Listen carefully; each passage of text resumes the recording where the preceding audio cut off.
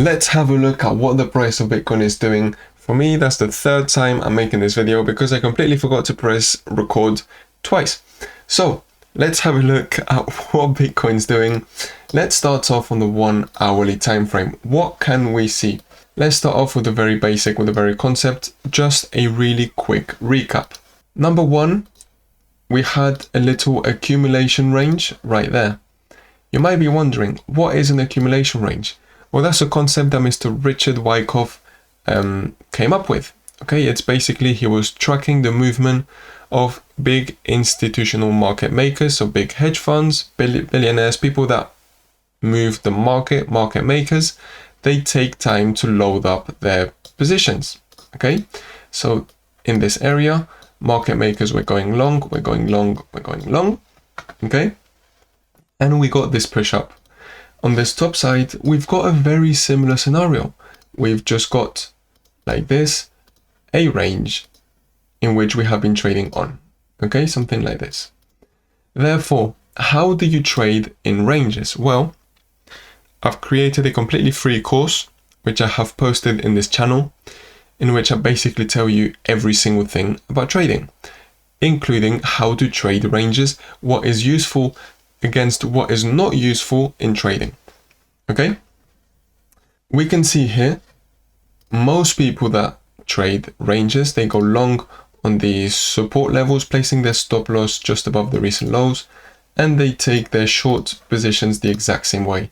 They go short, place the stop loss just above the recent highs with a take profit like this. What's the problem with this is that everyone does the exact same thing. Therefore, what happens? We get something called liquidity on the top side and on the bottom side. Okay? What does the price, especially Bitcoin, really like to do? It really likes to go and grab some liquidity. So what am I trading now? What are my moves now? Am I taking a long exactly from here? No. I'm personally going to be waiting. Waiting for what? I'm waiting for the price of Bitcoin to go below this low, and ideally below these lows. Once the price of Bitcoin goes below these lows, I would be very happy to look for a long position. Okay? Very conveniently, going below this lows would also mean attacking the top side of this range. Okay? The top side of this little accumulation range in which we were in. Okay? This was obviously a really big resistance. What happens when you break a resistance? It basically turns into a support. Therefore, I wouldn't be shocked if the price came down, attacked it, and then got a reaction back up. Nice. That's the concept. What else? Fibonacci retracement from this whole push up that we've had, anchored from the very bottom to the very, very top. First off, also worth noting, in my course, I told you exactly how to trace your Fibonacci retracement. And on top of that, we've even created a completely free trading indicator, which tells you exactly from which point to which point you should trace your Fibonacci's, so that you're not tracing with random shit like this and then moaning that Fibonacci doesn't work for you. Okay? 0.5 level lands exactly in the area I've just told you. It's below these lows, and it's on the top side of this range.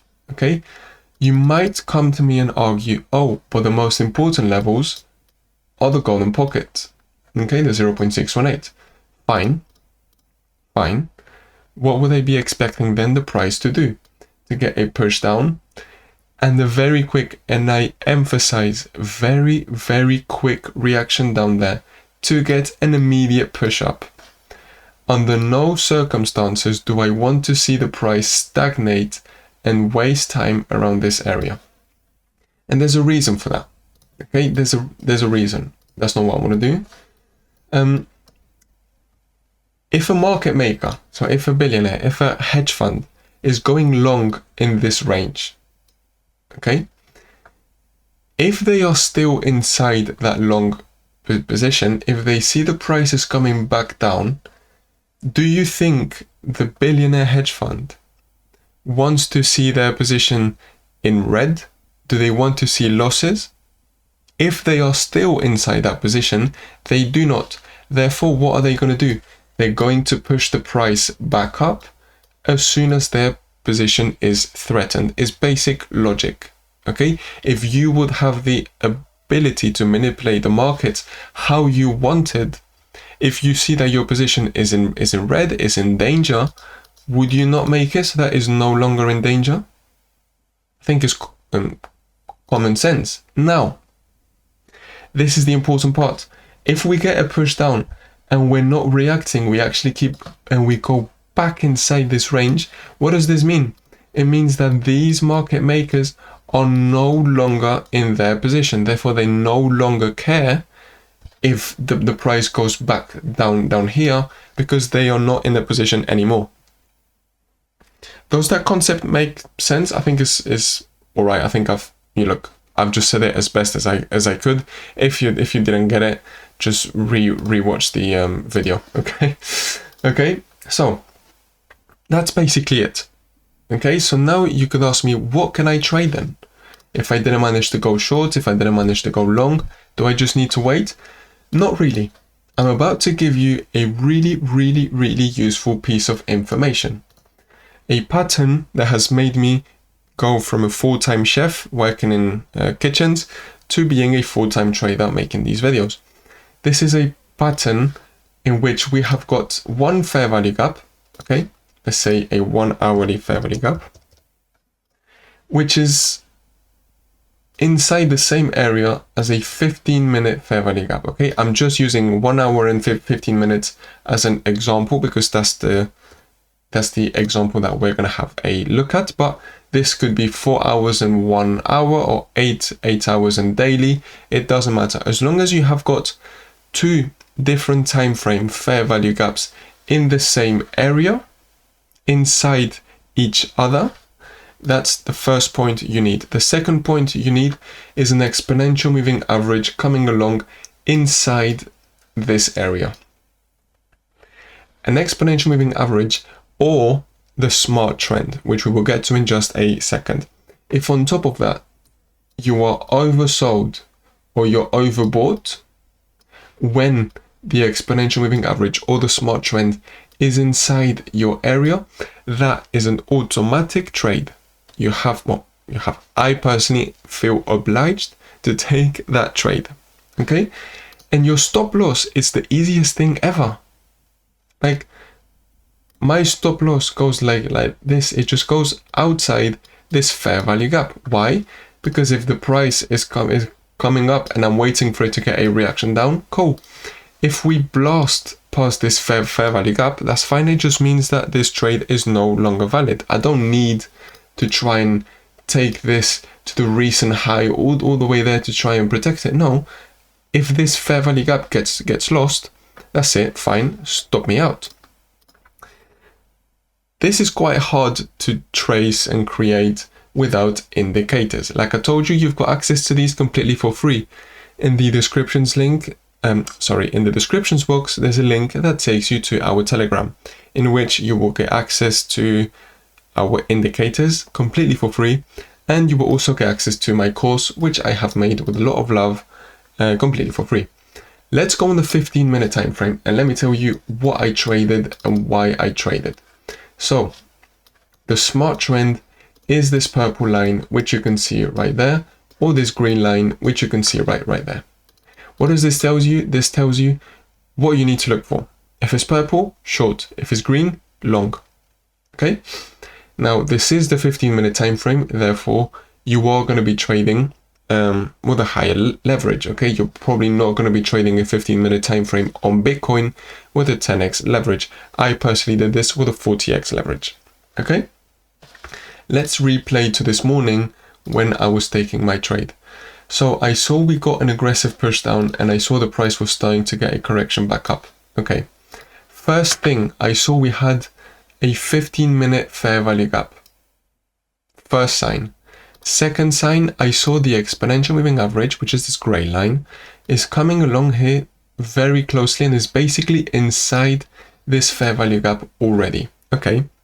Now I just need to get the oscillator and one more time frame fair value gap in this area. I double click it. I go on strong fair value gaps. and I've got this little drop down menu. This is going to show me multi-time frame fair value gaps. I go on the 1 hourly time frame. What is this going to do? It's going to show me 15 minutes fair value gaps and 1 hourly fair value gaps. This is the setup that I absolutely want. 1 hour fair value gap overlapping with the 15-minute fair value gap with the exponential moving average inside it. And I'm basically nearly overbought. So what did I do? I literally placed a limit order just on there at the start of my 15-minute fair value gap. My stop loss wasn't a crazy one just above the recent high just in case the price got no. My stop loss was outside this fair value gap. Why? Because I know if the price is going to come up and go out of this fair value gap, this trade is no longer valid. Okay? Then what was my take profit? Well, I split it into two. Number one was just at the recent low, okay, which is the first piece of resistance that I've got. I've also got this green rectangle, which is going to be a 15-minute fair value gap, and this faint green rectangle, which is a 15-minute order block. That's the first take profit. You could just leave it as that, be your final take profit and fully close your position. But I decided that as soon as we make it here, close 50% of my position, move my stop loss to break-even point so that I can no longer lose money. And my second take profit was going to be right there at my strong 1 hourly fair value gap. Okay. I then press play. I didn't press play, I just waited, and my trade actually got executed as nicely as possible. First take profit got hit, and then the second take profit got hit as well. And that's basically it. This is something that I traded. Okay. There's not magic, it's not crazy. It's simple, it's effective, and it really works. We're now going to apply the exact same concept for me to tell you why I'm waiting for the price of Bitcoin to go above this recent high, and up to 69 and 70k. Okay, so very similar thing. Double click on there. I'm on the 4 hourly time frame and I want to see the daily time frame fair value gaps. Click on that. There we go. We've got a 4 hourly fair value gap inside a daily fair value gap. Okay, just to make things even better, let's double click as well. Let's just check if we've got an 8-hour gap just there as well. The more fair value gaps we can get inside one area, the flipping better. Right, we don't. Cool, that's fine. Let's look. I'm pretty sure we do have a weekly one on there though. There we go. Now, a really important thing as well worth noting is that a fair value gap, the most interesting area, at least for me, is always going to be the 50% point. The halfway line is always going to be really relevant, which is why we've marked it out with our indicators. You've always got a little line exactly in the middle of every single fair value gap and even your order blocks. Okay, because the 50% point is usually a place that always gets hit. So weekly gap inside a daily gap, inside a 4 hour gap, this looks like a fairly good place to take a trade. On top of that, like we were speaking about liquidity earlier on, we've also got this recent high and these little recent highs and this high which we haven't grabbed liquidity from yet. Therefore, little push down, grab this liquidity which we've got there. For exactly what?